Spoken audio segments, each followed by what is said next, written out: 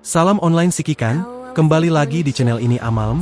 Kali ini kita telah masuk pada chapter utama 15. Pada chapter ini ada hal yang menakjubkan, dan juga krusial terkait dengan story di masa depan. Ingin tahu apa saja itu? Ya udah kalau gitu tanpa basa-basi lagi ayo kita masuk ke story.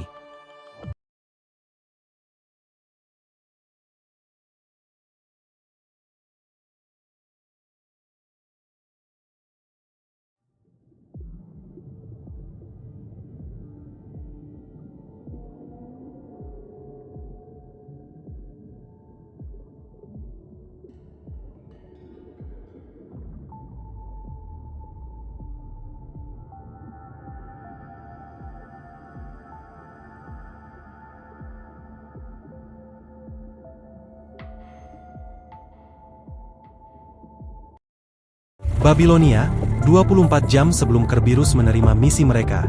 Setelah berjalan menyusuri koridor yang panjang dan sempit, Nikola berdiri di depan pintu kayu tua di ujung. Dia mendorongnya dan memasuki ruangan.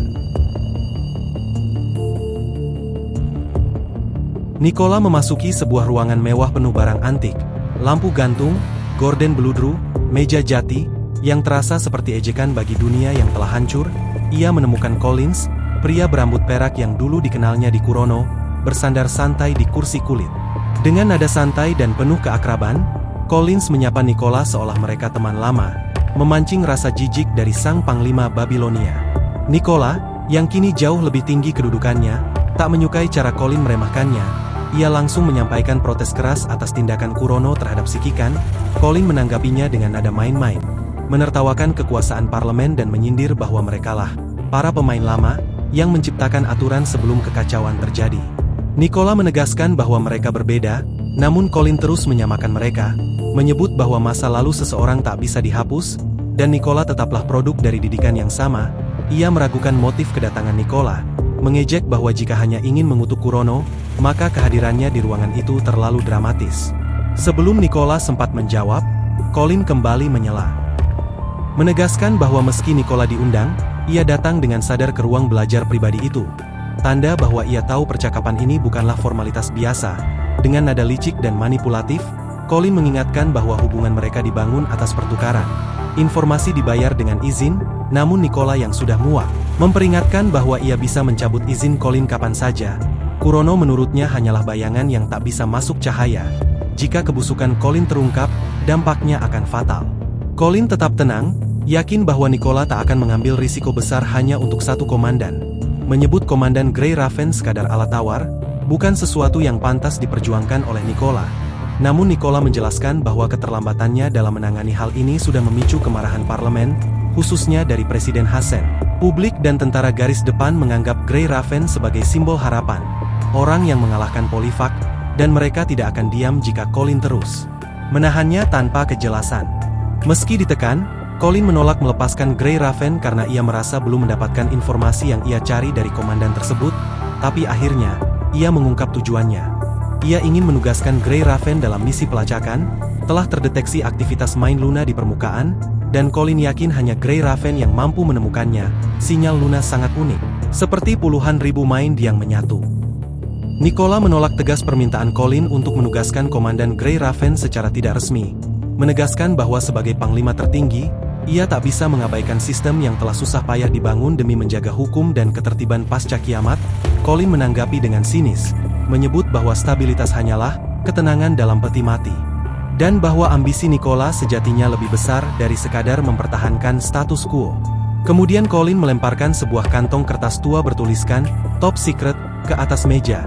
Bau kertas tua memenuhi ruangan, dan Nikola tertegun saat melihatnya.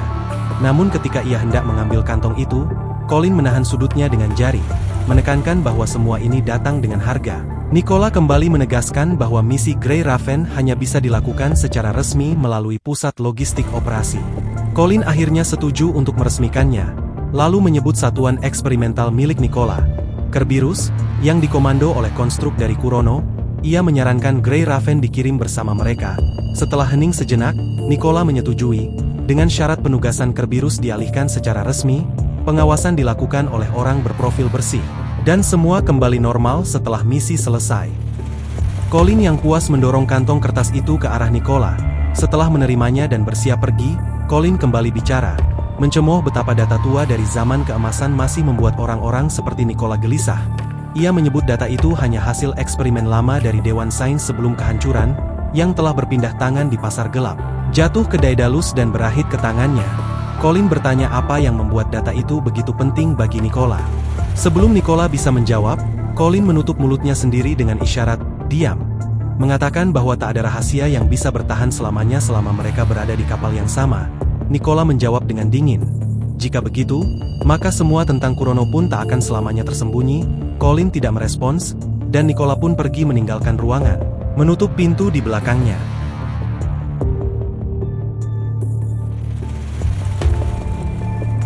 Babilonia, 12 jam sebelum misi Kerberos dimulai. Nicola menyerahkan kantong kertas berisi data rahasia yang ia dapat dari Colin kepada Hassen. Hassen langsung memeriksanya dengan serius dan bertanya apakah Colin menyadari sesuatu. Nicola yakin tidak. Colin mengira Nicola mengkhianati Hassen demi menyerahkan Komandan Grey Raven. Nicola sendiri terkejut Hassen tidak menolak rencananya, mengingat ia sangat menghargai sang komandan. Namun Hassen mengungkap bahwa ia tak ingin terus berada dalam kebuntuan dengan Kurono. Menurutnya tindakan Kurono yang terang-terangan menunjukkan bahwa mereka tengah putus asa dan telah mendapatkan sesuatu yang sangat penting. Ia curiga alasan mereka mengerahkan begitu banyak orang bukan untuk memburu Ascendan biasa, melainkan untuk tujuan yang lebih besar. Sesuatu yang berkaitan erat dengan Sikikan, dan jika benar, itu berarti mereka sedang mengejar dia, sosok penting yang tak perlu lagi disebut namanya oleh Nicola, karena keduanya sudah mengerti maksudnya.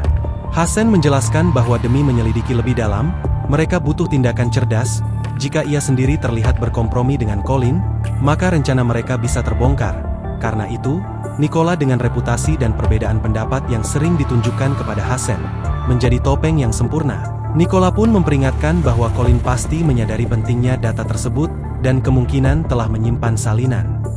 Namun Hassen tidak khawatir, menurutnya data milik Colin tidak lengkap. Intel yang mereka kumpulkan secara diam-diam dari Gestalt, melalui peretasan Huaxu, itu juga hanya sebagian, tapi gabungan informasi dari kedua sumber itulah yang menjadi kunci. Nicola menyebut bahwa isi laporan tampaknya berhubungan dengan reaktor Zero Point. Hassen membenarkan, file itu berisi umpan balik data dari beberapa reaktor yang dikirim ke Dewan Sains, namun salah satu laporan berbeda, terenkripsi untuk menyembunyikan angka-angka tertentu. Setelah didekripsi, mereka menemukan koordinat, lintang dan ketinggian dari reaktor berkode sandi Atlantis, namun bujur lokasinya kemungkinan ada di bagian laporan lain, yang kini dimiliki Colin. Nicola heran, mengapa ada seseorang dari zaman keemasan menyembunyikan lokasi reaktor mereka sendiri? Hassen menjawab, karena itu adalah tindakan seorang mata-mata, meski saat itu dunia berada di bawah satu pemerintahan global, bukan berarti tidak ada pertentangan. Reaktor Zero Point adalah revolusi energi besar. Siapapun yang menguasainya bisa mengendalikan dunia, itulah sebabnya koordinatnya disembunyikan, sebagai upaya mengamankan rahasia dari dalam sistem. Hassen menyimpulkan bahwa baik zaman keemasan maupun dunia yang nyaris musnah seperti sekarang, manusia tetap berjuang dalam konflik yang sama. Ketimpangan, perebutan sumber daya, dan kekuasaan, persatuan hanyalah topeng. Selama ketidaksetaraan masih ada, perjuangan ini tidak akan pernah usai. Nicola hanya terdiam, menyadari ironi tragis dari siklus sejarah manusia.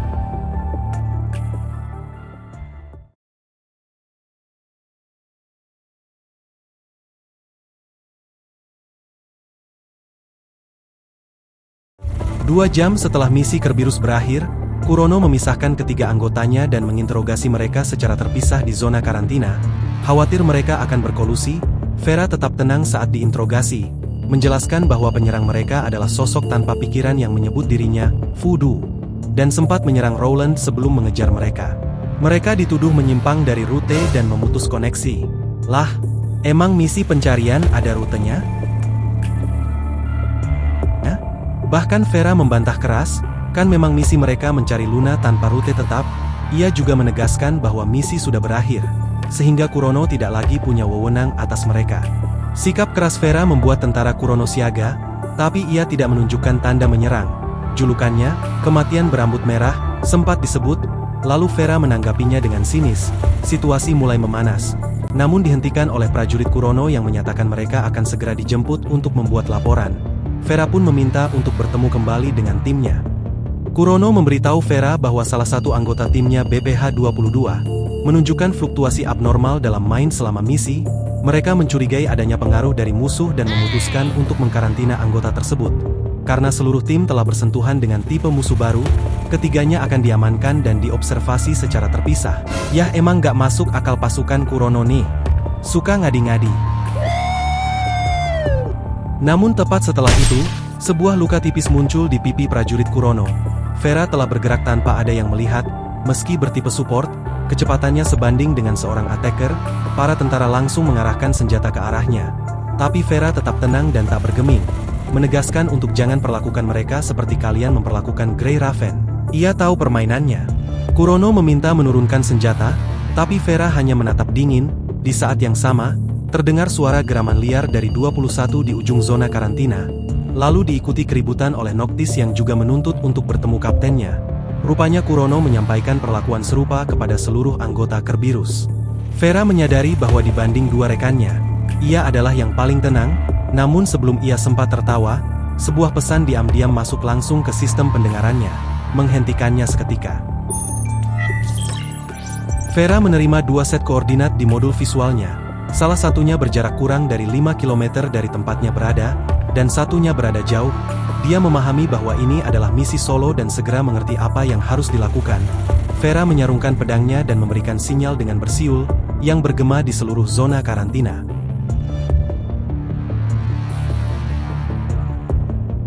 "21" menunjukkan sikap agresif seperti binatang buas yang terpojok, siap menyerang pasukan Kurono. Namun saat Vera meniup peluit khas Kerberos, dia langsung patuh dan tunduk seperti anjing jinak.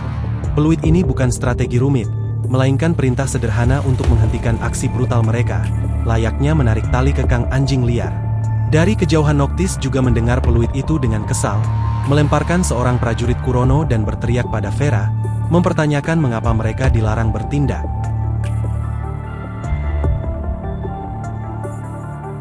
Kapal pengangkut yang membawa 21 dan Noctis telah berangkat. Vera menatap kepergian mereka sejenak, lalu berbalik menghadapi para prajurit lain. Saat seorang tentara mendorongnya dengan ujung senjata, Vera dengan cepat membalikkan badan serta menebas senjata itu hingga patah. Dengan tenang ia berkata jika operasi ini dipercayakan padanya, maka ia juga berhak menentukan caranya sendiri.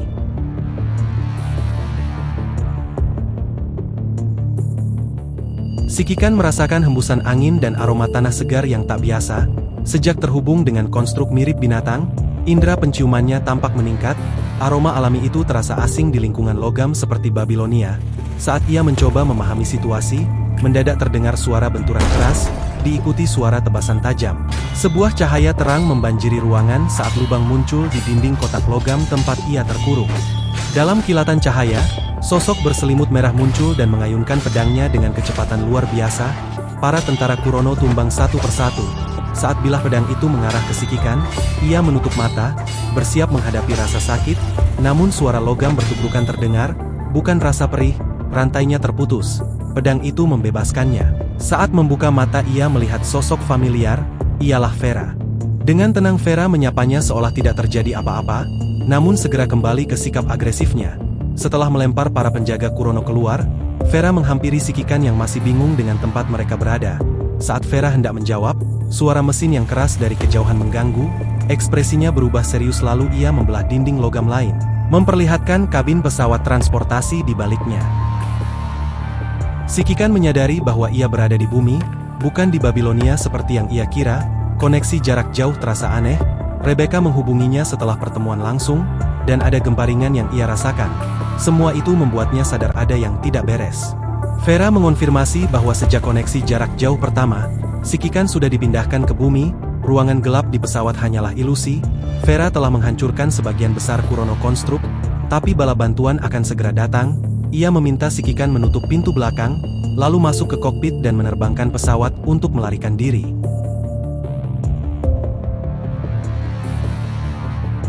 Pintu ruang belajar terbuka dan Rebecca muncul di hadapan Colin dalam keadaan terburu-buru. Ia langsung menuntut jawaban soal Komandan Grey Raven yang baru saja diselamatkan oleh Kapten Kerberos, menyebut bahwa rencana penyelundupan Colin telah gagal. Namun Colin malah tertawa, kagum bahwa Nikki atau Nicola benar-benar berhasil. Ia mengejek Rebecca karena sudah tidak lagi bersikap netral. menyadari bahwa ia telah memihak, Rebecca lalu menyampaikan satu-satunya kabar baik. Dua anggota Kerberos berhasil ditahan. Dan salah satu dari mereka memiliki koneksi lama dengan komandan serta menunjukkan aktivitas Mind yang mencurigakan. Analisis terhadap Mind itu bisa menyelamatkan misi. Namun Colin tetap tenang, hanya menjawab pertanyaan Rebecca dengan pertanyaan lain. Colin bertanya pada Rebecca tentang tujuan sebenarnya dari operasi mereka. Pertanyaan itu membuat Rebecca terdiam dan merenung. Di permukaan operasi itu tampak seperti misi untuk memanfaatkan Komandan Grey Raven guna melacak aktivitas Mind, mencari Agent Luna. Namun semakin dipikirkan, Rebecca menyadari ada sesuatu yang lebih dalam. Colin yang seharusnya menyerahkan komandan kepada parlemen, justru mencoba memindahkannya diam-diam. Ini menunjukkan bahwa dia ingin mempertahankan komandan sebagai aset. Rebecca menyadari bahwa kemampuan komandan untuk terhubung dengan agent tanpa merusak kesadaran adalah alasan utamanya. Saat akhirnya menjawab bahwa mereka sedang melacak Agent Luna, Rebecca mulai melihat ketidakkonsistenan. Jika Agent Luna memang prioritas, mengapa Colin tampak lebih fokus pada komandan? Ia bahkan hanya mengirim satu tim kecil untuk melacak jejak agent. Padahal aktivitas Mind-nya sudah terdeteksi. Perlahan Rebecca menyadari bahwa seluruh operasi ini kemungkinan besar dirancang bukan untuk menemukan agent, tetapi untuk menguji dan menangkap Komandan Grey Raven. Ketakutan mulai muncul di wajahnya saat ia menyadari kebenaran itu. Sementara Colin hanya menyeringai dengan senyum penuh arti. Colin menyindir Rebecca dengan menyebutnya, "Sosialita kita yang terkasih," mengingatkan bahwa ia pernah membagikan kebenaran padanya, bukan karena percaya Rebecca tidak akan membocorkannya ke parlemen, tetapi karena baginya itu tidak masalah. Ia mengulang percakapan lama mereka tentang peran Rebecca yang harus tetap menjaga penampilan, berpura-pura netral di antara Kurono dan parlemen. Collins mengaku tahu bahwa Nicola punya rencana, namun terkejut karena Nicola rela membakar jembatan demi mencapainya. Ia menduga ada sesuatu yang sangat penting, mungkin terkait dengan intel tertentu. Ketika Rebecca bertanya tentang langkah selanjutnya, Colin memerintahkannya untuk melacak kapal pengangkut dan mencegat jika memungkinkan. Jika tidak, biarkan mereka pergi. Rebecca terkejut, namun Colin menjelaskan dengan perumpamaan. Jika seseorang tahu lokasi harta tapi tidak punya kuncinya, sedangkan mereka punya kuncinya, lebih baik membiarkan orang itu membukanya dulu. Akhirnya Colin bersiap pergi dan berkata bahwa saat harta itu terbuka dan dibawa kembali, mereka hanya perlu mengambilnya. Seelisa memberitahu bahwa pesan Hassen telah direkam, akan dikirim melalui penerjunan udara rutin, meskipun lokasi tujuan tidak memiliki basis operasi yang bisa menarik perhatian. Ia telah mencoba menyamarkannya semampu mungkin. Hassen berterima kasih. Melihat Seelisa yang biasanya bercanda kini tampak kelelahan, lalu menyuruhnya istirahat. Seelisa memilih diam dan pergi. Setelah itu Hassen dan Nicola berbicara berdua. Nicola mengungkap bahwa pemindahan Kerberos memicu kecurigaan dari Murray, yang sebelumnya memegang bagian pertama intel. Ia khawatir Murray mungkin memberikannya ke Kurono, namun Hassen yakin Murray cukup cerdas untuk tidak mengambil risiko yang tidak menguntungkan. Dia pedagang, bukan pengkhianat. Jadi Nicola hanya bisa berharap Hassen benar.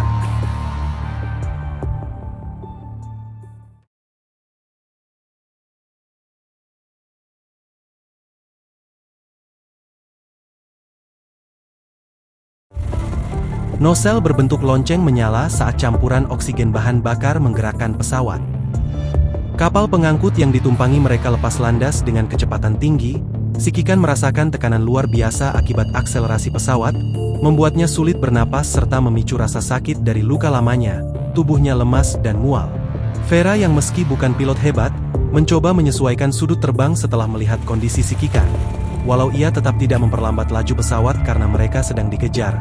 Sambil berusaha bertahan, Sikikan melihat titik-titik pengejar di radar mulai menghilang, menyiratkan sesuatu yang janggal. Di tengah rasa sakit dan kesadaran yang memudar, dia hanya bisa menaruh kepercayaan pada Vera, hingga kelelahan menaklukkan tubuhnya, dan Sikikan pingsan.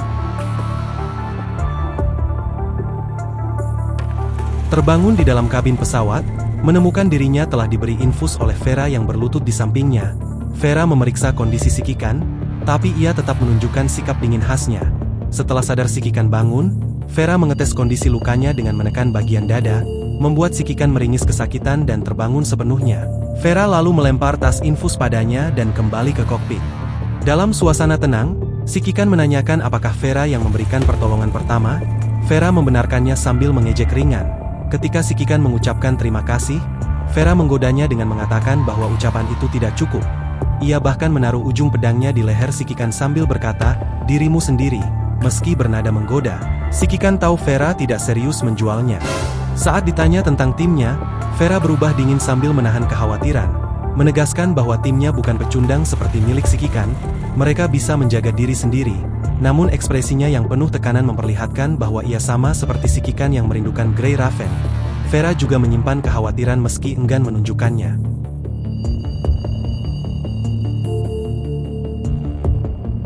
Dalam keheningan pesawat, Si Kikan menatap keluar jendela, menyaksikan langit laut, awan yang tampak abu-abu dan mati. Seolah dunia telah kehilangan warnanya, hanya pesawat ini yang terasa hidup, melaju di tengah kehampaan menuju Cakrawala.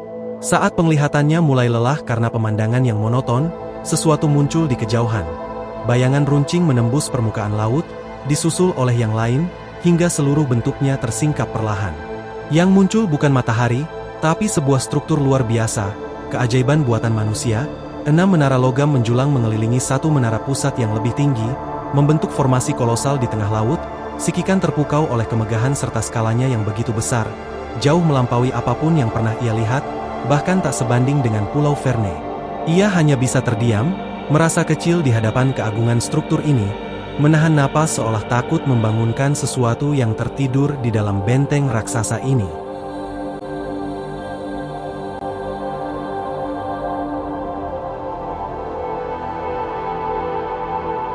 Chapter 15.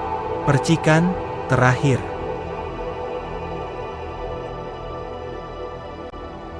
Si Kikan terpana membayangkan teknologi apa yang bisa menyembunyikan kota sebesar itu dari radar. Sementara itu, Vera tetap tenang dan profesional, segera mengalihkan fokusnya ke layar kokpit untuk melakukan kalibrasi. Ia menunjuk ke arah suar merah yang mengambang di laut, tak jauh dari landasan pendaratan kota terapung itu. Suar itu tampak mencolok, kontras dengan suasana kota yang sunyi dan dingin. Di bawahnya, sebuah peti berbentuk kubus terikat. Vera menjelaskan bahwa itu adalah suar yang dijatuhkan dari udara oleh panglima tertinggi. Vera memberitahu Si Kikan bahwa mereka harus segera melompat dari pesawat karena pesawat Kurono bisa dilacak kapan saja. Meski autopilot sudah diatur ulang untuk mengelabui musuh, itu hanya akan menunda mereka sebentar. Vera mendesak Si Kikan untuk berhenti diam dan segera mencari saluran keluar. Mereka harus lompat sekarang.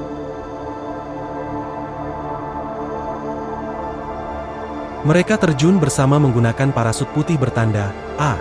Dengan Vera mengikatkan tubuh Si Kikan seperti seorang instruktur pada murid pemula, ia memastikan pendaratan mereka tepat di landasan kecil, agar tak perlu repot menyelamatkan Si Kikan dari laut. Meskipun Si Kikan pernah menjalani pelatihan terjun payung, ia menyadari betapa unggulnya tubuh konstruk seperti Vera dalam merespon angin dan mengontrol arah terjun. Saat mereka perlahan turun, kota terapung yang sebelumnya terlihat megah dari kejauhan kini semakin tampak nyata serta mencengangkan. Struktur kota itu seperti perpaduan antara benteng, piramida, dan gunung, namun jauh melampaui semua itu. Seperti mitos yang diwujudkan teknologi, namun meskipun begitu besar dan menakjubkan, kota itu sunyi total. Tak ada tanda kehidupan, cahaya, suara, ataupun energi, hanya keheningan dan kehampaan. Di kejauhan, awan badai mulai menggulung dari timur, menutupi sinar matahari dan melemparkan bayangan kelam ke atas kota. Saat itulah kesadaran muncul di benak Si Kikan. Kota ini bukan sekadar reruntuhan. Ini adalah sebuah kuburan raksasa di tengah lautan. Setelah mendarat, Si Kikan merasa lega, dan Vera segera menyelam ke laut untuk mengambil peti besar dari suar merah. Dengan kekuatannya ia menarik peti, kapsul airdrop resmi dari pemerintah dunia ke landasan. Tertulis kata, Garnet, di bawah logonya. Sesuatu yang asing bagi Si Kikan. Setelah membuka antarmuka, Vera memanggil Si Kikan karena hanya dia yang memiliki otoritas sebagai komandan untuk membuka kapsul tersebut. Setelah pemindaian retina, kapsul terbuka dan memperlihatkan sebuah frame yang identik dengan tubuh Vera. Saat Si Kikan menanyakannya, Vera diam, hanya memandangi frame itu dalam keheningan. Frame tersebut tampak seperti versi dirinya yang lebih dingin dan berdarah, membangkitkan kenangan kelam dalam dirinya. Nada suara Vera melembut dan ia menyindir Si Kikan yang terus menatap, seolah menggoda bahwa ia tertarik pada proses pergantian tubuh. Tersadar maksudnya, Si Kikan langsung berpaling dengan gugup. Beberapa saat setelah proses pergantian selesai, Vera muncul dalam frame lamanya yang telah dipasang ulang. Frame yang hanya ia gunakan dalam situasi khusus. Ia terlihat siap untuk kembali menjalankan misi. Tepat setelah itu, komunikasi di peti persediaan aktif, menampilkan pesan rekaman dari Nicola yang memuji Vera karena telah menyelesaikan tugasnya. Setelah Nicola, proyeksi berganti ke Hasen yang berbicara langsung kepada Shikikan. Ia menyatakan rasa lega karena Shikikan berhasil diselamatkan dari Kurono. Mengungkap bahwa Kurono memang tidak pernah berniat membebaskannya. Bahkan setelah kesepakatan dibuat, Hasen meminta maaf karena tidak memberitahu lebih awal demi melindungi Shikikan dari beban informasi.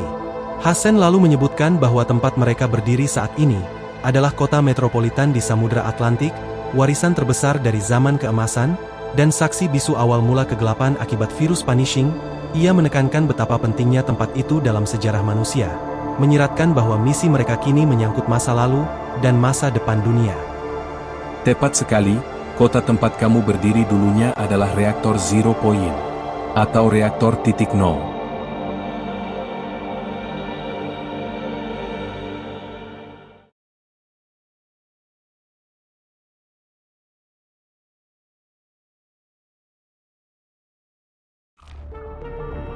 Aku tahu apa yang kau pikirkan, Shikikan.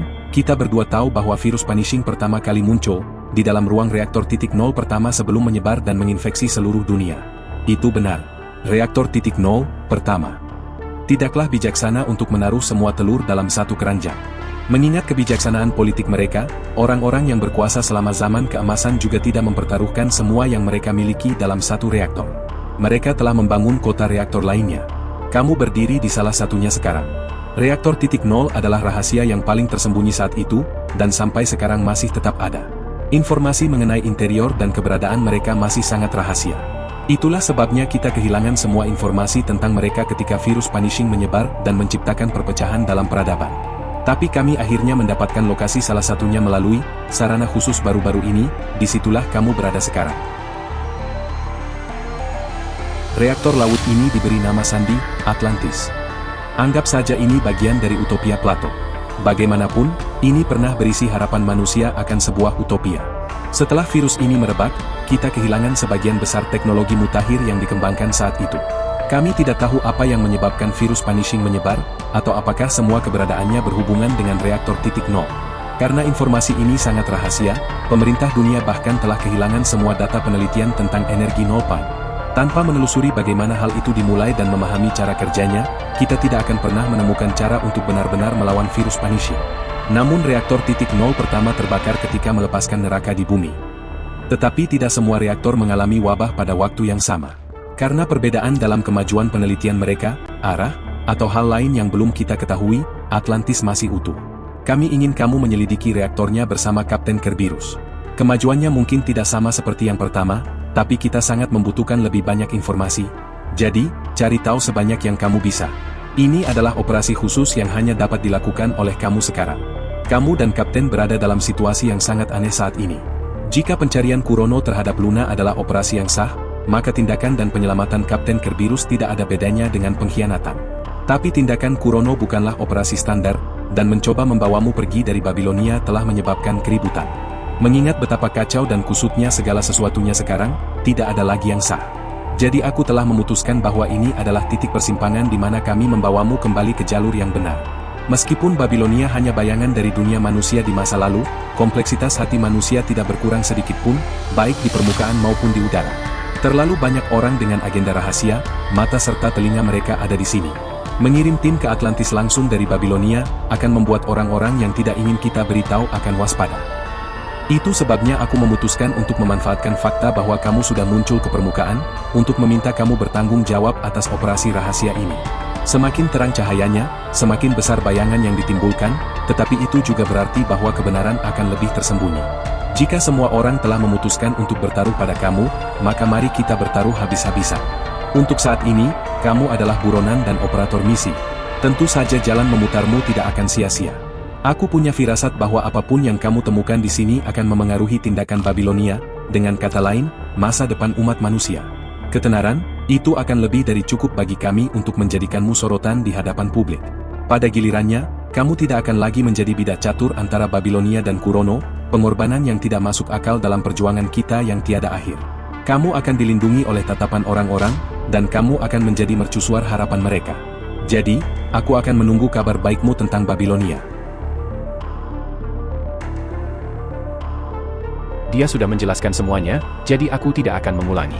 Singkat cerita, aku memutuskan untuk meminjamkanmu kepada Kurono, tetapi aku juga punya polis asuransi. Itu adalah Kapten Kerberos yang berdiri di sampingmu. Aku tahu bahwa Garnet bukanlah bingkai favoritmu, tetapi ini darurat. Gunakan untuk melindungi Komandan Grey Raven. Selesaikan misi dan bawakan aku kemenangan. Aku akan menjamin keselamatan timmu. Itulah janjiku. Dan hanya itu yang ingin ku katakan. Setelah komunikasi dimatikan, Vera menyeringai. Ia sadar tugasnya bukan hanya membawa si Kikan kembali dengan selamat, tapi juga mengungkap sesuatu tentang reaktor titik nol. Vera mencibir perintah Nicola, bahwa mereka sekarang dianggap buronan. Kapten Kerberos menculik Komandan Grey Raven. Satu-satunya cara membenarkan situasi ini adalah dengan menyelesaikan misi dan kembali membawa si Kikan. Namun sebelum mereka bisa bergerak, sebuah gempa dahsyat mengguncang tempat mereka berpijak. Kota di bawah mereka mulai tenggelam ke laut, memicu gelombang besar. Di tengah kepanikan itu muncul kawanan korupted dari laut, menyerbu landasan pendaratan. Vera langsung siaga, menarik si Kikan menjauh sambil bersiap menghadapi ancaman baru.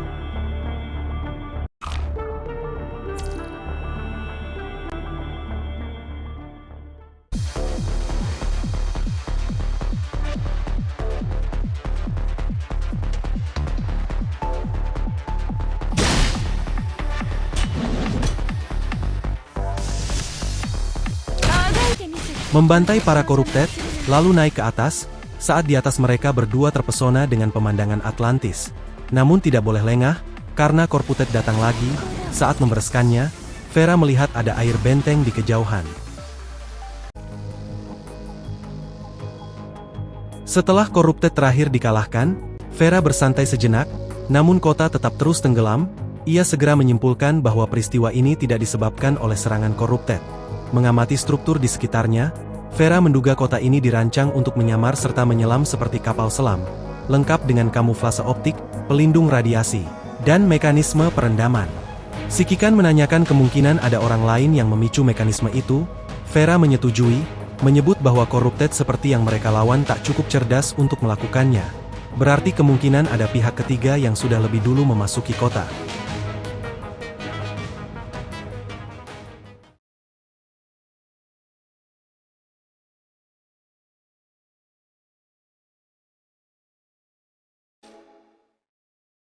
Di masa lalu sebelum kiamat, Lustros mengunjungi kota lintas laut untuk pertama kalinya. Seperti orang lain, ia mencoba mengagumi keindahan. Pulau utama yang putih berkilauan seperti mutiara, tampak suci dan megah bagaikan permata mahkota dari zaman keemasan. Namun tidak seperti orang biasa, Lustros tidak tergerak secara emosional. Ia lebih fokus pada keajaiban teknis kota itu. Miliaran galon air mengalir secara sistematis ke generator arus pasang surut raksasa yang menyuplai energi ke seluruh kota. Gedung-gedung tinggi bersinar seperti bintang, lalu lintas berlangsung sibuk, dan sistem kamuflase optik menyembunyikan kota dari mata dunia. Bahkan kapal-kapal yang lewat tak menyadari keberadaannya. Kota ini adalah simbol kejayaan dan masa depan umat manusia. Tersembunyi namun cemerlang, bagi Lustros yang rasional dan sering dianggap dingin, kota ini bukan sekadar keindahan, melainkan bukti kekuatan teknologi dan visi umat manusia.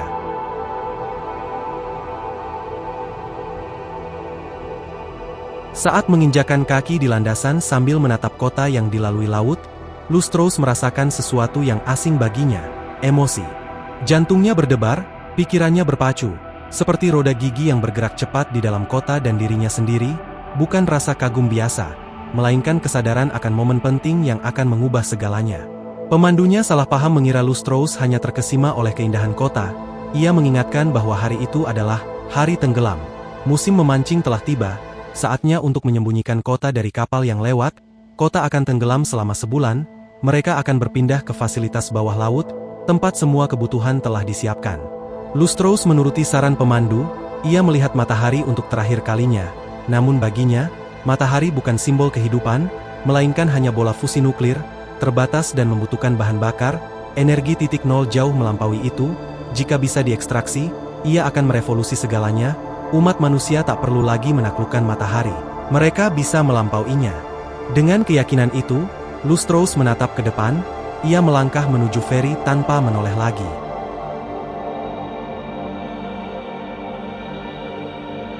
Di samping landasan, Vera menemukan sebuah perahu barang yang masih berfungsi di kanal menuju kota utama. Terkejut dengan kondisi peralatan yang terpelihara baik, ia segera melompat naik, diikuti si Kikan. Namun tak lama setelah perahu dijalankan, suara keras terdengar, Corrupted muncul dari laut dan menyerbu mereka.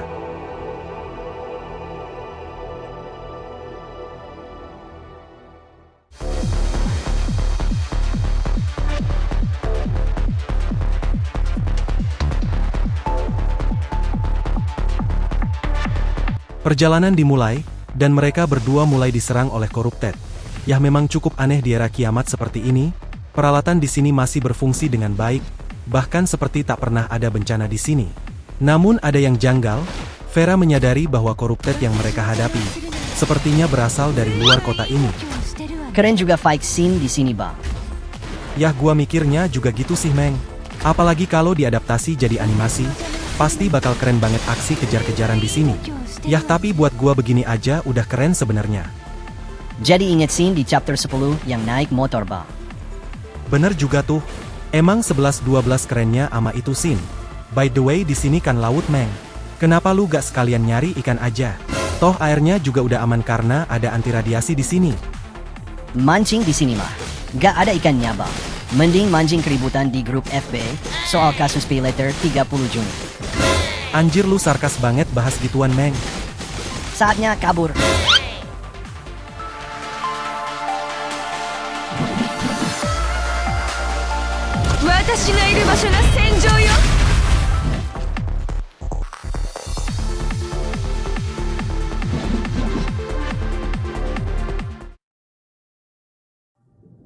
Saat Corrupted mencoba menyerang si Kikan dari belakang, Vera dengan sigap menancapkannya ke dinding perahu menggunakan tombak spanduknya, lalu menendangnya keluar setelah memastikan ia tak bergerak. Si Kikan bingung karena Corrupted itu tampak asing. Vera menyadari bahwa beberapa dari mereka bukan mekanoid asli kota. Yah, dugaan gua bener berarti, menimbulkan pertanyaan tentang asal-usul mereka. Sementara itu, kawanan Corrupted lainnya mulai mengepung tengah kota secara teratur, pemandangan yang mengerikan.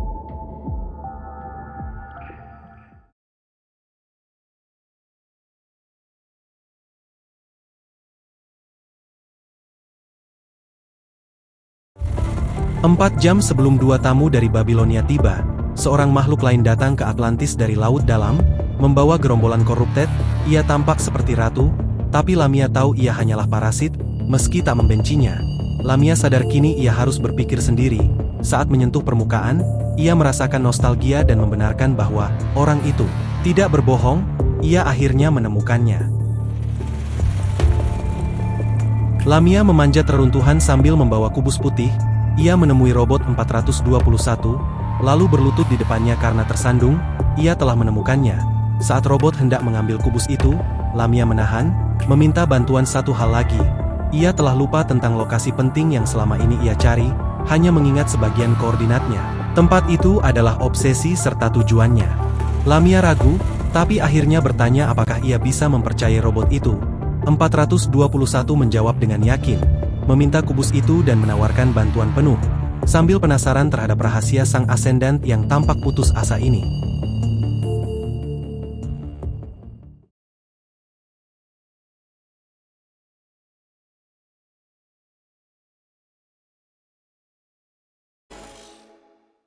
Pulau utama Atlantis berbentuk piramida berdiri di atas jurang besar dengan air terjun melingkar yang megah. 6 menara abu-abu mengelilinginya, terhubung oleh jalan lebar menuju kota utama yang tampak ditinggalkan namun masih utuh. Setelah mengalahkan Corrupted, kapal si Kikan memasuki kota tanpa cedera. Meski waktu telah berlalu, sisa kejayaan masih terlihat, namun atmosfernya mencekam. Kota ini terasa mati, seperti waktu berhenti dan sejarah terhenti. Atlantis telah melupakan dunia, dan dunia pun melupakannya. Si Kikan dan Vera tiba di kota utama Atlantis. Melihat Vera murung setelah menerima pesan dari Hassen, si Kikan bertanya apakah ia baik-baik saja. Vera merespon dengan sinis, menyuruhnya fokus pada misi. Saat si Kikan menyebut 21 dan Noctis, Vera akhirnya mengakui kekhawatirannya. Ia menjelaskan bahwa pesan dari Nicola bukan janji, melainkan peringatan agar tidak mengkhianatinya. Vera mengungkap bahwa baik parlemen maupun Kurono sebenarnya tak berbeda. Keduanya mempermainkan prajurit seperti bidak catur, dan mereka adalah bidaknya. Frame Garnet yang digunakannya dirancang untuk melawan konstruk, dan dikirim langsung oleh Nicola. Tanda bahwa musuh kali ini adalah Kurono konstruk sendiri, mempertanyakan moralitas tindakan mereka, yang tak berbeda dari perang saudara masa lalu. Sebelum percakapan berlanjut, getaran besar terasa dan Corrupted mulai bermunculan dari bayang-bayang. Vera segera memberi perintah untuk bersiap.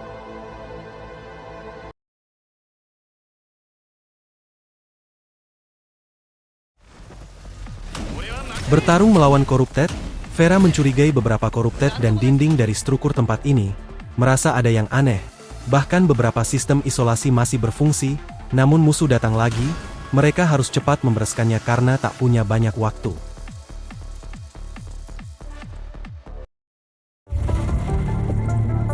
Setelah mengalahkan gelombang Corrupted, Vera menyadari pertarungan ini tak akan cepat usai. Tubuhnya mulai kepanasan, dengan cepat Sikikan memberi kode. Vera menyadari maksudnya dan segera membawa Sikikan masuk ke dalam gedung. Mereka bersembunyi di dalam gedung yang mampu menghalangi deteksi Corrupted.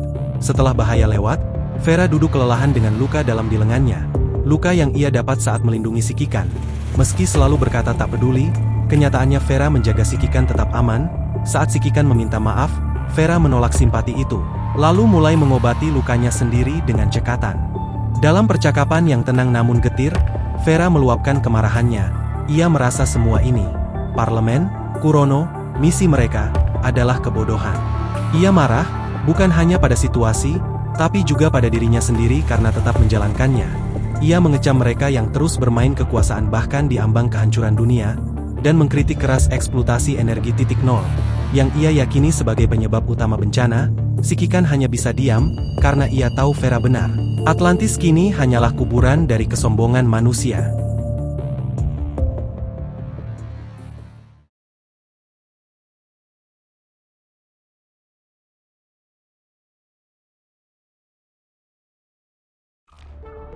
Pada abad ke-19, pabrik tekstil di Manchester menjadi simbol dimulainya revolusi industri pertama.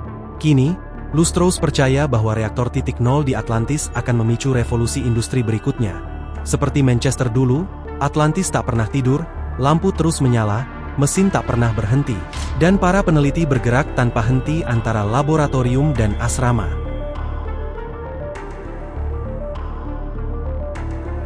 Lustros resmi menjadi direktur penelitian di Atlantis, meski ditegur karena datang terlambat, tapi itu akibat sistem AI yang lambat. Atlantis digambarkan sebagai otak raksasa yang hidup, server sebagai hippocampus, kabel sebagai pembuluh darah, dan manusia sebagai bahan bakar intelektual. Penelitian di sini tak pernah berhenti. Siapapun yang tak mampu melanjutkan akan dipulangkan ke daratan dan diawasi seumur hidup. Namun Lustros belum pernah melihat siapapun yang kembali, karena Atlantis adalah sistem kejam yang terus beregenerasi tanpa henti.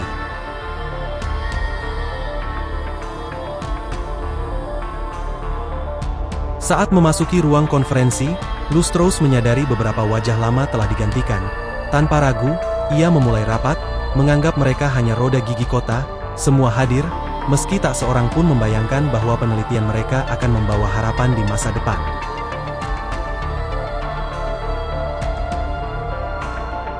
Saat menjelajahi koridor laboratorium Atlantis, Vera dan Sikikan menyadari betapa sunyinya tempat itu. Laboratorium dipenuhi debu tebal. Tidak ada kerusakan, reruntuhan, atau mayat, hanya keheningan yang mencurigakan. Jejak kaki mereka adalah satu-satunya yang tampak, menandakan tak ada yang menginjakan kaki di sana selama bertahun-tahun. Kota ini terasa terlalu bersih. Tanpa jejak infeksi atau pertempuran, meskipun lampu darurat masih menyala, menandakan mesin masih berfungsi normal, tapi tak ada tanda-tanda kehidupan. Merasa ada yang tidak beres, Vera menghancurkan pintu besar untuk menarik perhatian apapun yang mungkin bersembunyi. Ia menantang ketakutan mereka akan yang tidak diketahui, berharap musuh muncul agar bisa dihadapi langsung. Namun sayangnya tak ada respon. Tempat itu tetap sunyi. Vera dan Sikikan akhirnya memutuskan untuk memeriksa ruangan yang baru saja ia rusak. Mari lihat ke dalam. Di dalam ruangan, meja dan kursi tertata rapi, berkas-berkas masih tersusun, dan cangkir kopi kosong menandakan aktivitas yang pernah berlangsung. Tidak ada makanan tersisa. menunjukkan bahwa kota ini tetap beroperasi untuk sementara waktu setelah wabah Punishing Virus, sebelum akhirnya ditinggalkan. Vera bertanya-tanya apakah mereka membawa semua makanan ke tempat persembunyian, dan di mana lokasi terakhir mereka tinggal. Saat Sikikan memeriksa meja utama, ia menemukan papan nama bertuliskan, Direktur Riset, Lustros. Vera menduga pasti ada informasi penting di sana. Saat memeriksa, Sikikan tanpa sengaja mengaktifkan proyektor meja, memunculkan gambar kabur seorang wanita berambut pirang dan bermata biru, kemungkinan besar Lustros sendiri, sang direktur penelitian.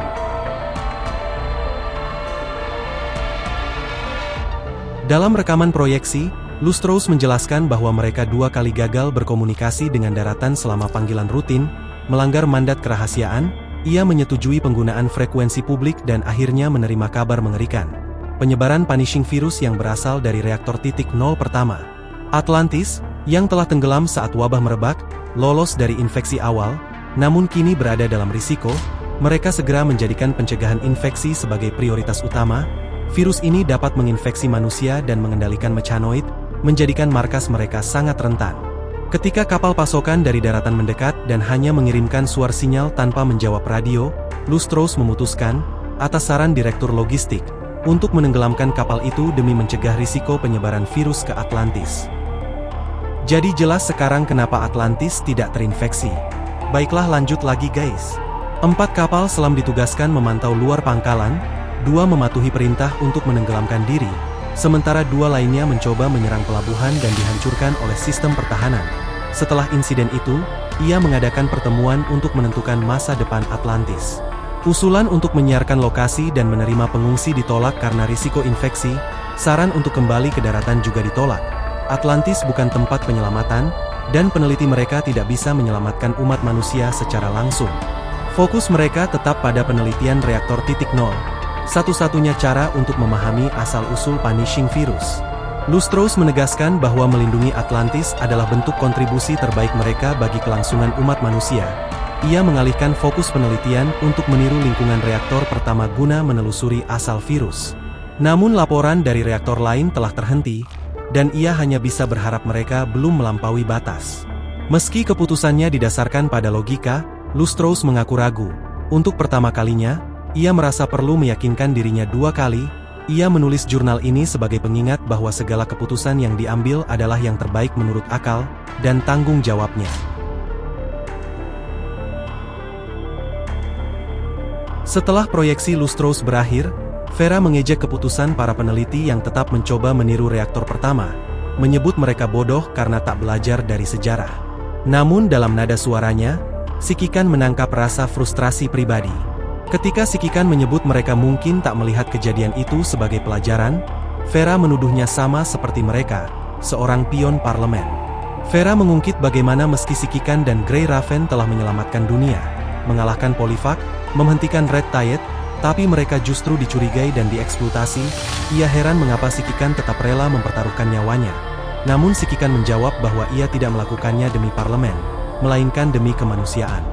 Jawaban itu membuat Vera tertawa terbahak-bahak, bukan karena mengejek, tetapi karena menganggapnya terlalu mulia dan naif. Namun ia menyimpan kata-kata itu, memperingatkan bahwa mungkin suatu hari idealisme itu akan diuji lebih keras. Vera memberi perumpamaan, jika api menyinari kabel berbahaya menuju kegelapan, reaksi pertama seharusnya memadamkan api. Tapi Sikikan balik bertanya, apakah Vera akan melakukannya? Vera tak menjawab langsung, tapi akhirnya mengakui, mungkin tidak. Percakapan mereka berakhir dalam ketegangan yang tenang, menyisakan pemahaman bahwa keduanya memikul beban yang berbeda di jalan yang sama.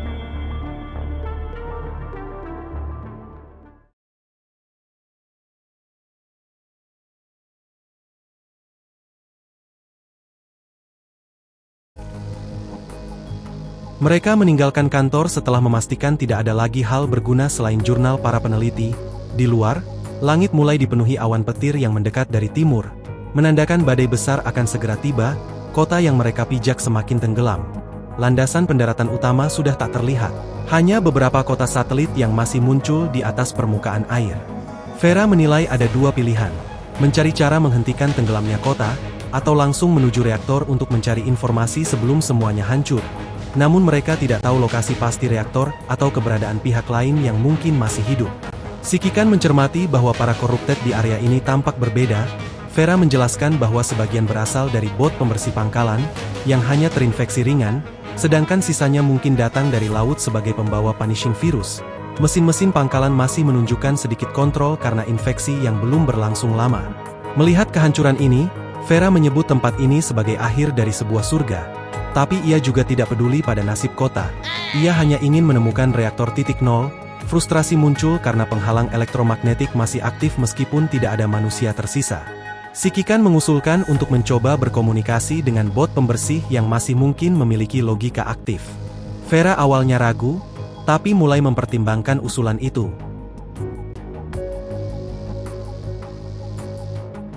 Setelah beberapa saat memeriksa bot pembersih, Vera menyadari bahwa Sikikan cukup mahir dalam urusan teknis. Menebak bahwa Lee mungkin telah melatihnya, Sikikan kemudian mentransfer data hasil dekode jaringan bot pembersih ke Vera.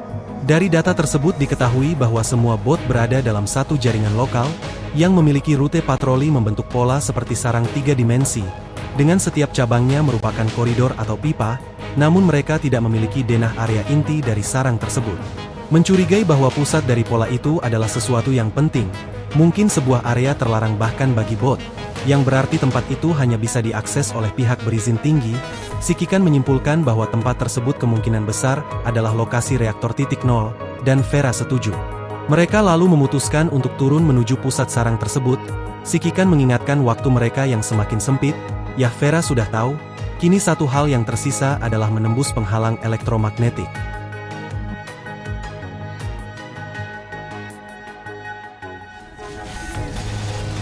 Menghajar corrupted, lalu menemukan kendaraan dari logistik A yang bisa digunakan. Sesuai dugaan, kendaraan tersebut bisa dipakai untuk identifikasi akses barrier yang dari tadi menghalangi, dan dengan itu mereka lanjut menelusuri jalan guna menemukan reaktor. Penghalang elektromagnetik hanya mencegah pihak luar tanpa ID resmi kota, menandakan sistem pertahanan dasar masih aktif, namun Sikikan merasa ada yang aneh. Semua perangkat masih utuh, artinya musuh yang lebih dulu masuk ke Atlantis dan memicu penyelaman tidak dihentikan oleh sistem ini. Vera pun mulai curiga, bertanya-tanya siapa sebenarnya yang mereka hadapi. Bahkan setengah bergurau bahwa mungkin kota ini berhantu.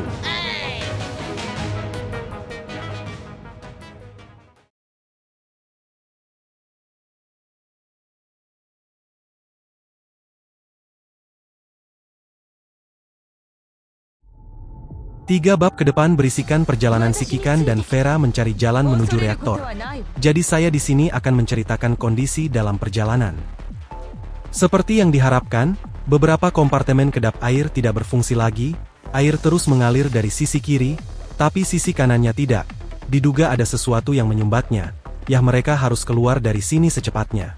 Lalu menemukan ada pintu keluar di sisi lain. Namun saat menyeberang jembatannya rusak. Untung ada platform stila tempat mereka bisa berdiri, namun mereka harus ke atas lagi. Tapi pintu isolasi terkunci, butuh daya untuk membukanya. Yaitu hanya perlu hajar kipas di bagian sini, dan pintu terbuka, lalu kembali ke atas. Namun saat di atas, platform lainnya terapung, airnya kurang tinggi, ya kalian tinggal ke bagian sini saja. Lalu terlihat saluran seperti sebelumnya, jadi cukup hancurkan saja. Kembali ke atas dan platform terapung ke atas, jadi sekarang bisa dilewati, tapi para robot gila itu bangun, jadi cukup hajar saja, lalu tinggal masuk ke pintu exit.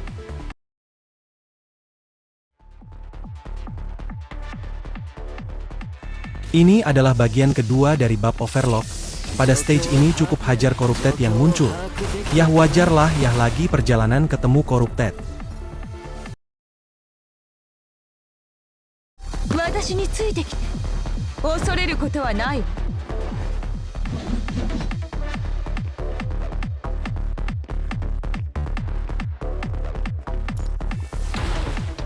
Bab bagian 3 Overlock, masuk ke ruangan lain. Saat masuk cukup hindari serangan corrupted, lalu menuju pintu di sebelah sini. Namun sayangnya pintu diblokir. Yah, kita bisa masuk lewat sini guys. Dan terlihat ada platform di bagian atas. Lalu bagaimana caranya ke atas? Yah, kita cukup hancurkan pipa saluran seperti sebelumnya untuk mengaktifkan kincir ini. Hancurkan di kedua sisi dan kincir akan menyala. saat menyalahgunakan kincir tersebut untuk naik ke atas.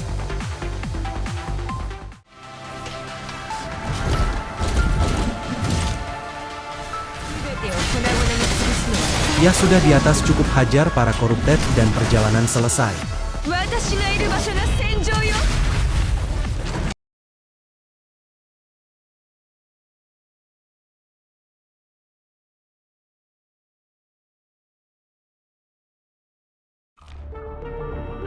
Setelah menerobos sejumlah laboratorium, akhirnya mencapai area terdalam kota Atlantis. Meskipun tempat itu dirancang tertutup rapat, beberapa gerbang telah rusak dan air sempat masuk, namun segera menghilang begitu mereka melewati garis pertahanan terakhir. Di hadapan mereka menjulang reaktor titik nol, bagaikan gunung logam di dasar laut. Mereka berjalan di antara struktur raksasa di bawah cahaya biru dari samudra yang mengelilingi kota, dipisahkan hanya oleh dinding kaca tebal dan transparan. Dinding itu begitu jernih hingga hampir tidak terlihat, seolah air itu sendiri menjadi penghalangnya. Reaktor itu tidak tampak modern, melainkan menyerupai reruntuhan kuno atau makam megah. Sebuah simbol impian zaman keemasan yang kini terkubur dan membeku dalam waktu. Vera bertanya mengapa reaktor ini dibangun di bawah laut. Sikikan tak punya jawaban pasti, namun menduga para arsiteknya memang sudah memperkirakan kegagalan sejak awal, menempatkannya di tempat di mana samudra dapat melahapnya bila terjadi bencana. Vera menilai hal itu ironis. Jika mereka tahu reaktor ini bisa gagal, mengapa tetap membangunnya? Semua ini adalah akibat dari keinginan manusia mengendalikan kekuatan yang bukan milik mereka. Saat mereka terus melangkah di bawah cahaya kebiruan yang menyerupai gletser di Antartika, Vera tiba-tiba mengangkat tangan dan menghentikan sikikan. Di hadapan mereka, sosok yang selama ini bersembunyi akhirnya muncul. Pelaku yang menenggelamkan kota adalah Lamia. Ascendant yang mereka sudah kenal. Vera langsung mengambil posisi bertarung. Lamia berdiri di tengah reaktor, ekspresinya kosong dan melamun, tak menyadari kehadiran mereka sampai tombak Vera hampir mengenainya. Lamia tersentak, panik, dan mundur sambil berteriak agar mereka menjauh. Sikikan yang pernah melawannya segera menyadari bahwa Lamia tampak berbeda dari biasanya, lebih rapuh dan kacau. Vera menduga apakah Ascendant juga mencari informasi tentang reaktor titik nol. Diamnya Lamia dianggap sebagai konfirmasi, sehingga Vera menyerang lagi, memotong sehelai rambut Lamia. Lamia menatapnya dengan campuran keterkejutan, kemarahan, dan keputusasaan. Emosinya berubah cepat menjadi kebencian yang hampir gila. Dengan suara putus asa, ia menggumamkan agar semuanya tenggelam bersama dirinya di dasar lautan. Udara di sekitarnya beriak, tanda ia akan melarikan diri. Sikikan memperingatkan, dan Vera melemparkan tombaknya seperti lembing ke arah Lamia. Namun ujung tombak hanya menembus proyeksi tubuh Lamia, menghantam dinding di belakangnya. Lamia berhasil lolos tepat di depan mereka.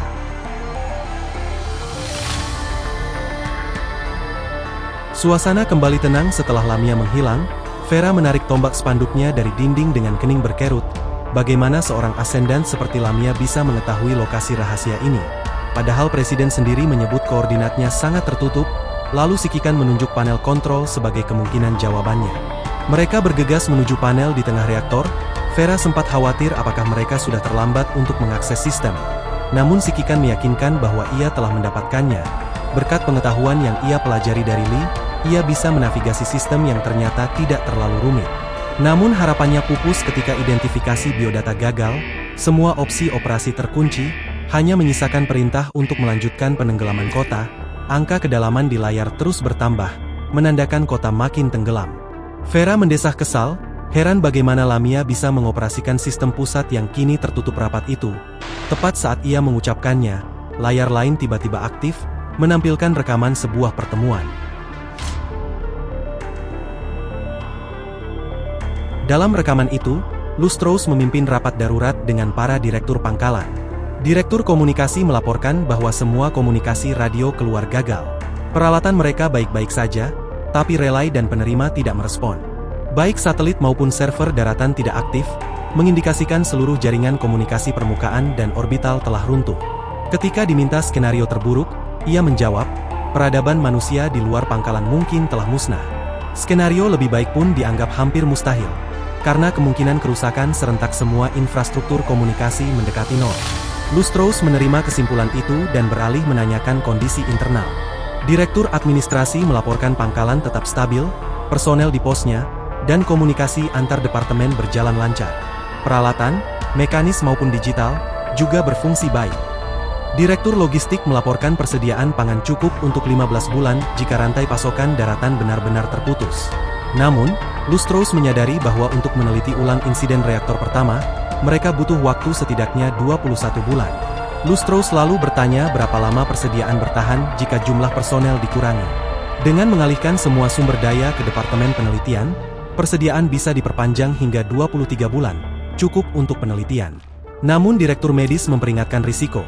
Kekurangan nutrisi akan membuat program dan mesin gagal, memperlambat penelitian, dan melemahkan staf. Ia menyarankan pemotongan pasokan dilakukan bertahap, dimulai dari departemen yang paling tidak penting.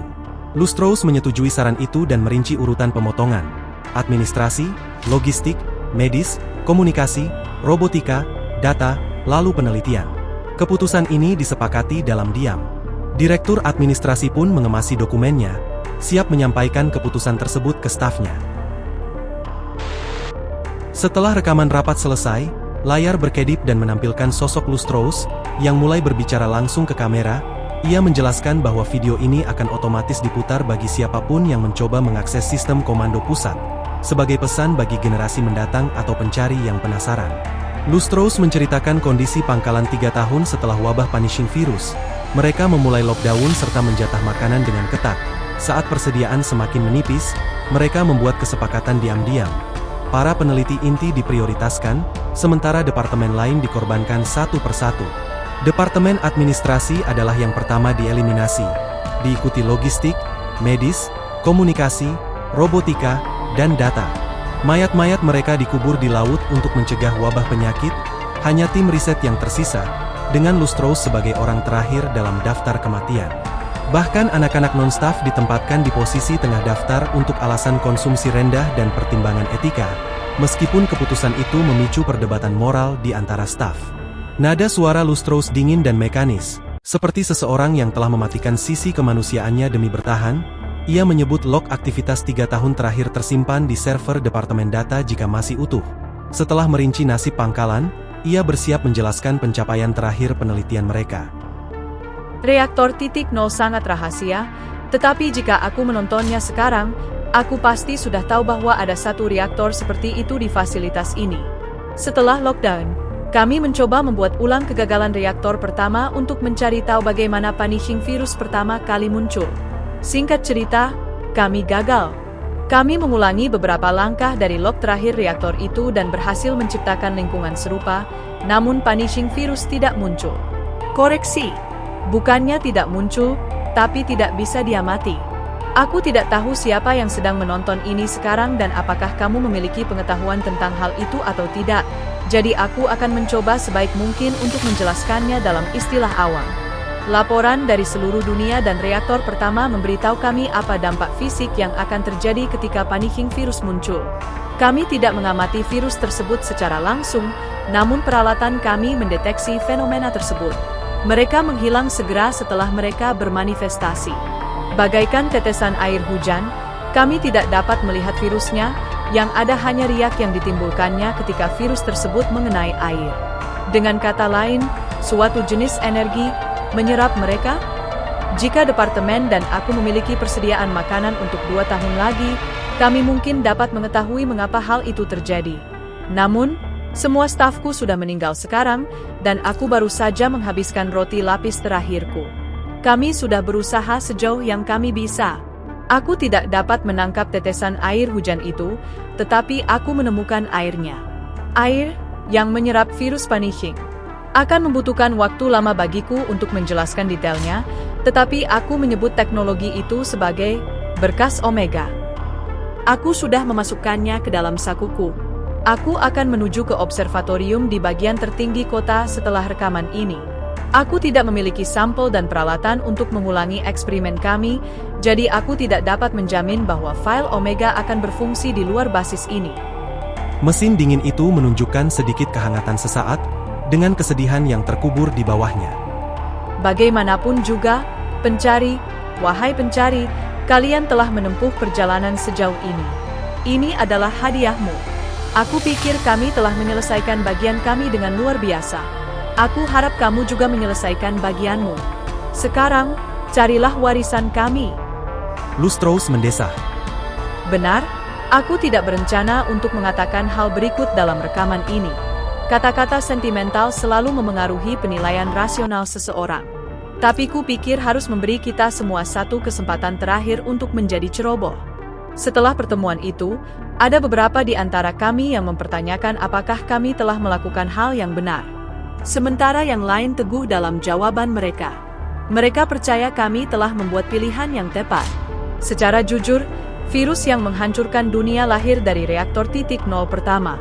Hal itu membuat banyak dari kami meragukan keputusan untuk melanjutkan penelitian kami. Tapi kami tetap memutuskan untuk menjalankan tugas kami sampai akhir. Kami tidak menyesali apapun. Kami melakukan apa yang benar. Kami akan memilih hal yang sama meskipun kami bisa melakukannya lagi. Kupikir rekan-rekanku di reaktor pertama akan merasakan hal yang sama. Dia menutup matanya. Satu-satunya hal yang aku sesalkan adalah sejauh ini kami bisa melangkah. Tapi aku harap setiap manusia yang melihat ini mengingat satu hal. Jangan lupakan keinginanmu untuk mencapai bintang. Jangan kehilangan rasa lapar untuk melangkah maju. Jangan sampai kita kehilangan keberanian untuk melangkah lebih jauh hanya karena kita sedang dijarah. Rebut, taklukkan, jatuh, dan berdiri lagi. Terus berlanjut.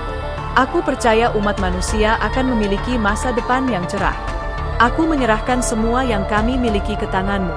Sekarang, aku akan menemui rekan-rekanku. Selamat tinggal.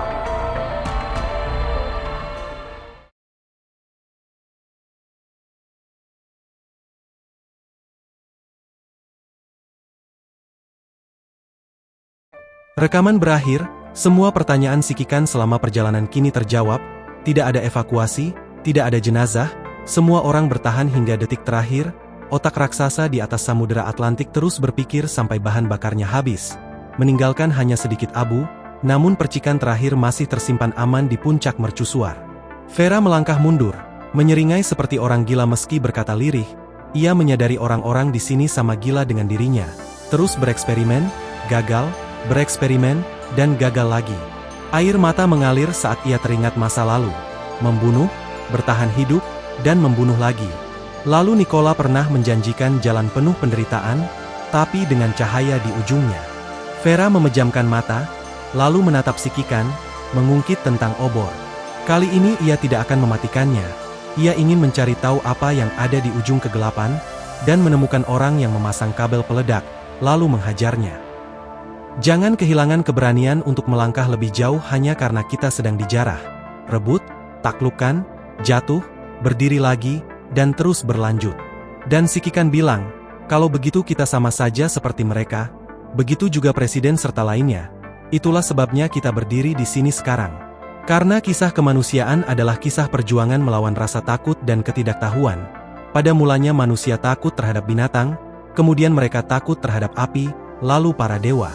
Namun sekarang mereka telah mengusir binatang buas, memanfaatkan api, dan menemukan rahasia yang dirahasiakan oleh para dewa dengan ilmu pengetahuan.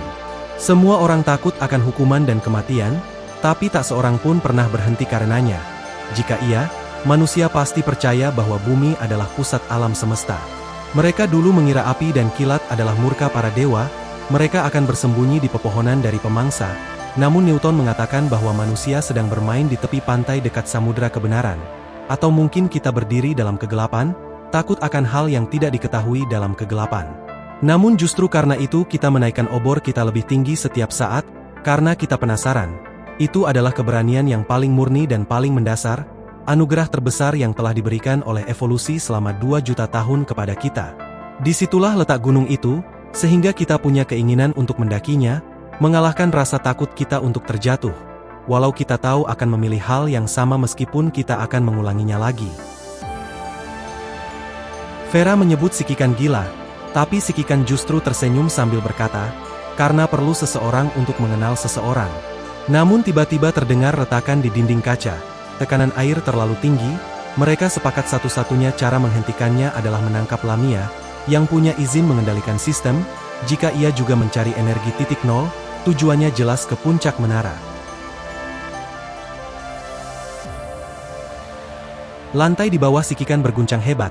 Air yang memenuhi bagian bawah Atlantis membuat angin kencang, serta kegelapan yang gemuruh. Alarm berbunyi, bukan untuk banjir, tapi untuk mereka, para penyerbu. Vera kesal melihat kota ini menerima identitas Ascendant tanpa perlawanan. Sementara mereka terus dihalangi, waktu mereka habis, Vera melampiaskan amarahnya dengan menghantam logam berulang kali. Setiap pintu yang dibuka sikikan hanya memicu lebih banyak alarm. Sistem kota tetap aktif seolah Lamia adalah sekutu, sementara mereka dianggap musuh. Air terus mengejar dari belakang, menutup jalan yang sudah mereka buka. Corrupted Lamia kini bergerak mengikuti air, menghadang jalan mereka menuju puncak menara.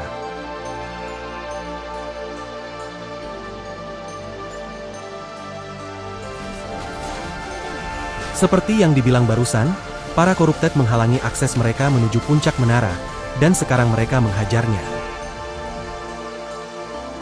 Setelah menyingkirkan semua rintangan, sikikan menemukan jejak Lamia, bekas goresan pisau kembar di dinding logam menuju observatorium. Vera yakin Lamia mengincar data reaktor titik nol, tapi sikikan hanya bisa bertanya-tanya tanpa jawaban.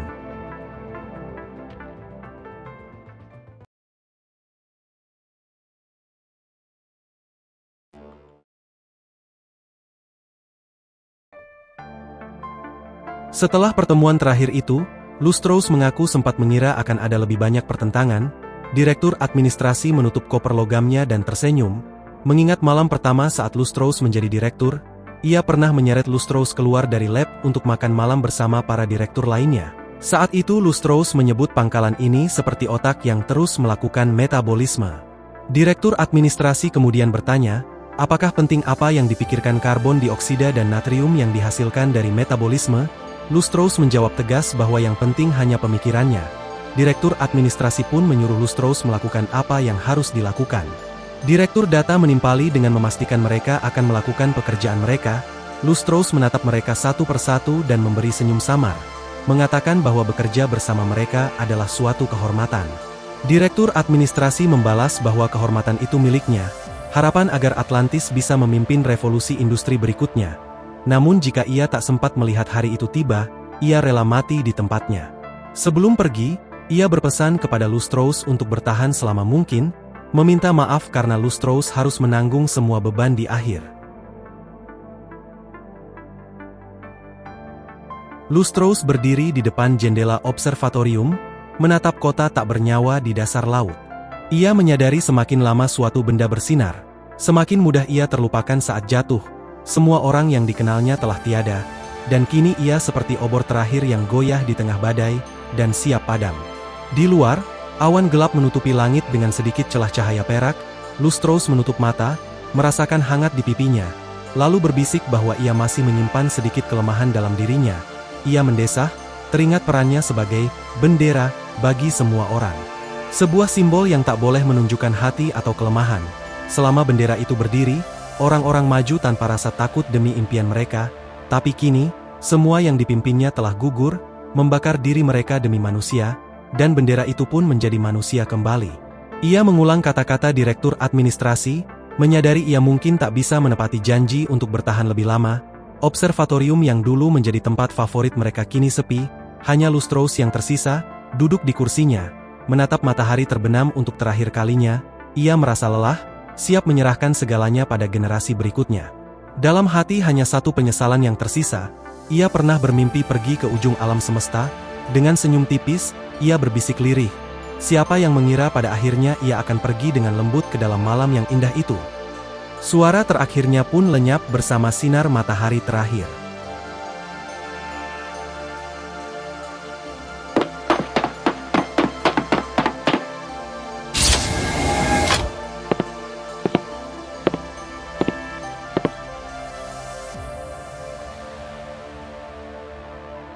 Saat sikikan membuka pintu observatorium, ia seolah memutar kembali cuplikan masa lalu.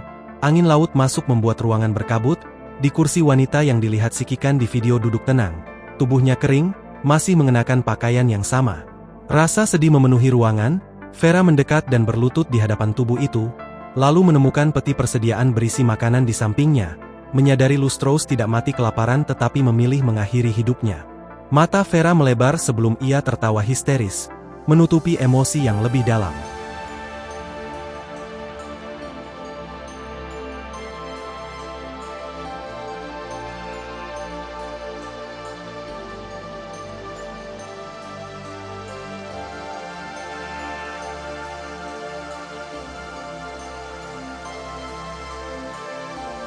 Vera membuka bungkusan hartak dan memakannya. Meski sebagai konstruksi ia tak membutuhkan makanan, tindakan itu menjadi ritual, seolah ia menerima tongkat estafet, bendera yang diserahkan Lustros, kepada Vera.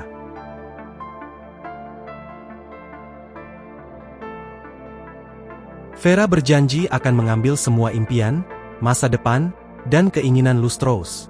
Ia lalu mengambil warisan dari mantel Lustros dan menyerahkannya pada si Kikan, yang berjanji akan menjaganya dengan aman. Setelah itu, Vera bersiap pergi memancing dengan tombak. Tak ingin diomeli Nikola karena Tal berusaha menahan kota ini agar tak tenggelam.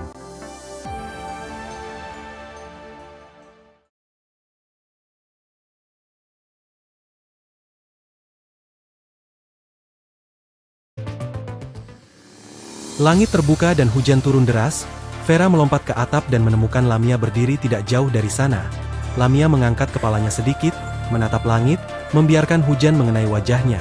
Meski tidak menyangka dia akan mendengarkan, Vera tetap mengangkat tombak spanduk mengarahkannya ke Lamia.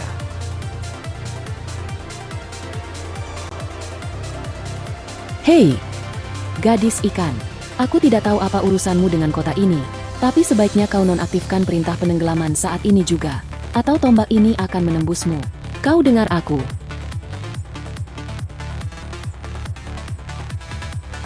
Lamia menoleh perlahan ke Vera, rambut basah menyingkap tatapan hampa yang membuat Vera terkejut.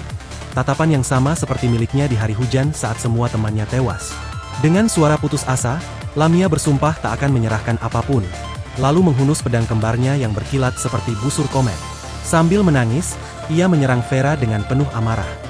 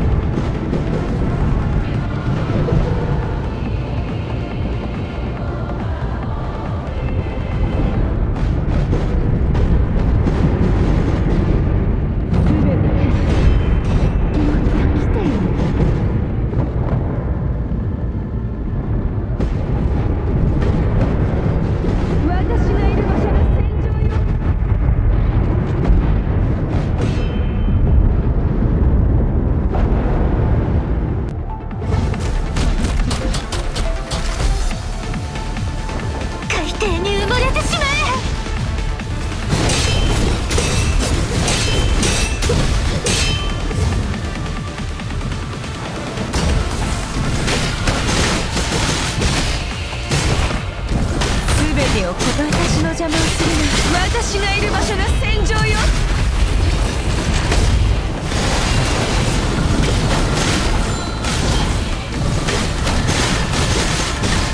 私がいる場所が戦場よ。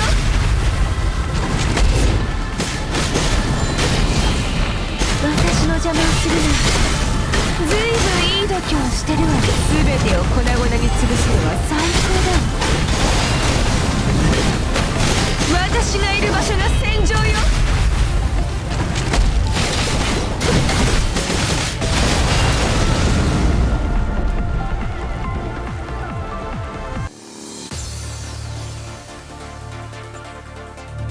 Tombak Vera dan pedang kembar Lamia saling berbenturan, memicu riak energi di tengah hujan. Vera memanfaatkan celah dan menusuk lengan Lamia, menyingkap tulang logam di bawah kulitnya. Tersakiti dan ketakutan, Lamia mundur, matanya penuh amarah dan putus asa, menyadari dirinya tak bisa mengalahkan Vera. Ada sesuatu yang dimiliki oleh Vera, tatapan yang sama milik orang lain yang pernah ia lihat. Saat gelombang besar menghantam platform, Lamia panik, berbalik, lalu melompat ke dalam laut untuk melarikan diri.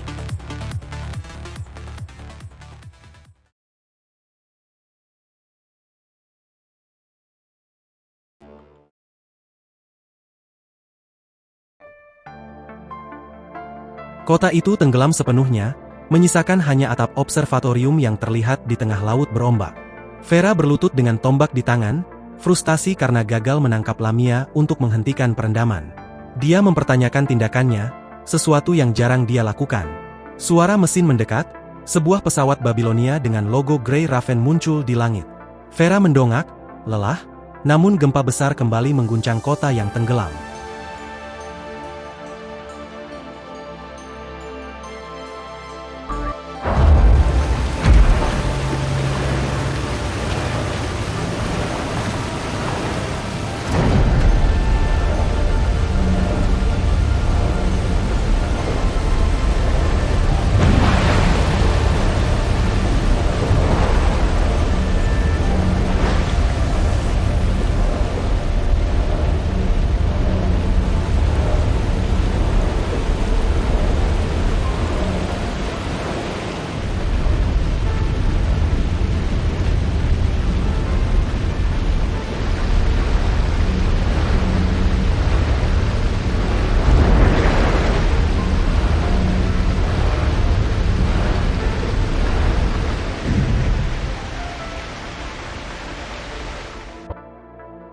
Sebelum Vera dapat bereaksi, bahkan sebelum dapat menyadari apa yang sedang terjadi, kota mulai bangkit dengan kecepatan tinggi, tercakup dalam air. Ia bermandikan pantulan matahari. Untuk sesaat, ini bukan lagi kuburan, lautan telah membersihkannya dari penyakit. Di bawah matahari kini berdiri mercusuar peradaban manusia sejak ribuan tahun yang lalu. Vera menutup matanya. Dia ingat cara mengukur waktu yang pernah dia dengar. Alam semesta berumur 13,8 miliar tahun. Jika periode waktu ini dikompres menjadi 12 bulan, maka sejarah umat manusia dimulai pada malam terakhir tahun ini. Pada malam terakhir itu, yaitu 3,5 juta tahun yang lalu, hominin pertama berdiri, dan bukannya melihat ke bumi, ia malah melihat ke bintang-bintang. Dibutuhkan waktu 60 detik mulai dari manusia memahami musim dengan mengamati bintang hingga astronot pertama yang menancapkan benderanya di bulan, dan kendala yang dihadapi umat manusia saat ini, yaitu punishing virus, hanyalah sebuah kesalahan kecil dalam skema besar.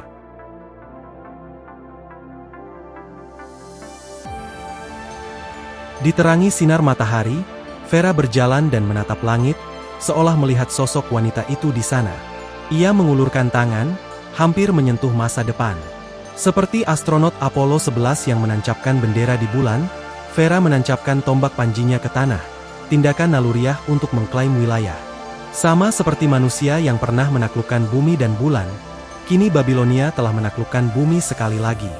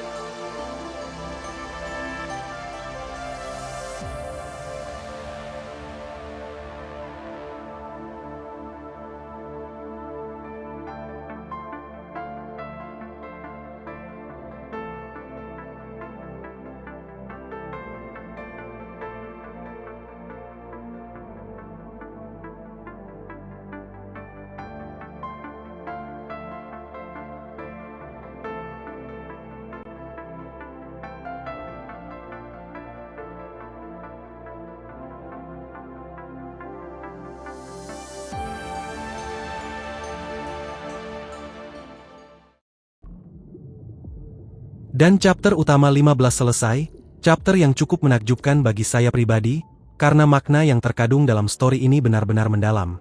Ternyata memang tombak spanduk Vera pada chapter ini, sangat mewakilkan alur dalam cerita ini. Yah, walau sebenarnya saya lebih mendukung keputusan Lamia guys. Karena kalau kalian perhatikan, struktur kota Atlantis ini pasti gak asing. Tapi ya kita lihat saja nanti ya guys. Namun soal kalimat terakhir, mudah-mudahan kalian tidak salah artikan ya guys. Karena walau bagaimanapun manusia hadir di dunia ini dengan keajaiban. Jadi maksud dari kalimat tersebut mengartikan bagaimana manusia itu berkembang. Belajar dari kera dan berkembang hingga saat ini, yang telah melewati evolusi dari 2 juta tahun yang lalu. Karena sudah banyak artikel penelitian soal keberadaan manusia itu adalah keajaiban. Dari soal otak yang terlalu kompleks untuk dibilang hasil evolusi, dan masih banyak lagi, yah kalian bisa searching sendirilah nanti. Yah karena durasi sudah lumayan panjang. Jadi terima kasih untuk para sikikan yang sudah mampir dan nonton sampai akhir. Sampai bertemu di cerita selanjutnya. Salam online sikikan.